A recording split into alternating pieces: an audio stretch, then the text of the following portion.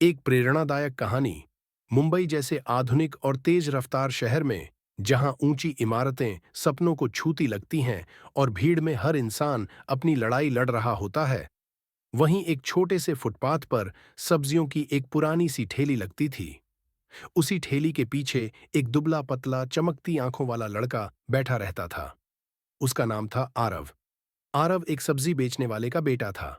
उसके पिता शंकरलाल रोज सुबह 4 बजे उठकर मंडी जाते, सब्जियां लाते और दिन भर धूप, बारिश और थकान से जूझते हुए उन्हें बेचते। उनकी कमाई सीमित थी, लेकिन उनके सपने नहीं। वे चाहते थे कि उनका बेटा पढ़ लिख कर एक बेहतर जिंदगी जिए। साधारण दुनिया, ऑर्डिनरी वर्ल्ड। आरव का दिन स्कूल और ठेली के बीच बंटा रहता था। सुबह सरकारी स्कूल में पढ़ाई और शाम को पिता की मदद। अक्सर लोग उसे सब्जियों के दाम पर डांट देते, कभी कभी ताने भी मारते, लेकिन आरव चुपचाप सब सह लेता। उसके भीतर एक सपना पल रहा था। वह इंजीनियर बनना चाहता था। बुलावा, कॉल टू एडवेंचर। एक दिन स्कूल में विज्ञान प्रदर्शनी की घोषणा हुई। विषय था शहर की समस्याओं के समाधान।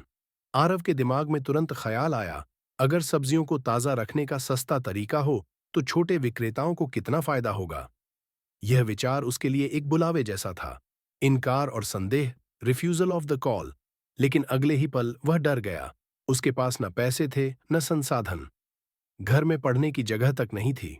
उसने सोचा, मैं क्या कर पाऊंगा। मेरे जैसे लड़के के लिए ये सब बड़े लोगों के सपने हैं। कुछ दिनों तक उसने इस विचार को दबाने की कोशिश की। मार्गदर्शक से मुलाकात, मीटिंग द मेंटर। स्कूल के विज्ञान शिक्षक शर्मा सर ने आरव की रुचि को पहचाना। एक दिन उन्होंने आरव को रोककर कहा, सपने हालात देखकर नहीं, हिम्मत देखकर पूरे होते हैं। उन्होंने आरव को पुराने अखबार, टूटी हुई बोतलें और कबाड़ से प्रयोग करने की सलाह दी। यही उसके लिए मार्गदर्शन था। सीमा पार करना, क्रॉसिंग द थ्रेशहोल्ड। आरव ने ठान लिया। वह रोज ठेली पर काम करने के बाद रात को पढ़ने लगा। सड़क की लाइट के नीचे बैठकर वह अपने मॉडल पर काम करता। लोग हंसते, दोस्त मजाक उड़ाते, लेकिन आरव रुका नहीं। उसने अपने डर की सीमा पार कर ली थी। परीक्षाएं, दोस्त और दुश्मन, टेस्ट्स, एलाइज, एनिमीज। समय आसान नहीं था। कई बार उसका मॉडल टूट गया। कभी बिजली चली जाती, कभी पिता बीमार पड़ जाते, लेकिन उसकी मां चुपचाप उसके लिए चाय रख जाती और शर्मा सर हौसला बढ़ाते। गरीबी, थकान और समाज की सोच उसके दुश्मन थे, लेकिन मेहनत और विश्वास उसके दोस्त। सबसे कठिन परीक्षा, ऑर्डियल प्रदर्शनी से एक दिन पहले तेज बारिश में उसका मॉडल पूरी तरह खराब हो गया। आरव टूट गया। उसने पहली बार रोते हुए कहा, पापा, अब मुझसे नहीं होगा।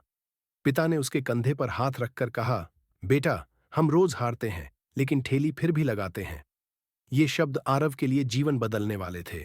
पुरस्कार, रिवॉर्ड। पूरी रात जागकर आरव ने मॉडल फिर से बनाया। प्रदर्शनी वाले दिन उसका सस्ता और सरल समाधान सबको पसंद आया। उसने पहला पुरस्कार नहीं जीता, लेकिन उसे एक तकनीकी छात्रवृत्ति और शहर के एक अच्छे स्कूल में दाखिले का मौका मिला।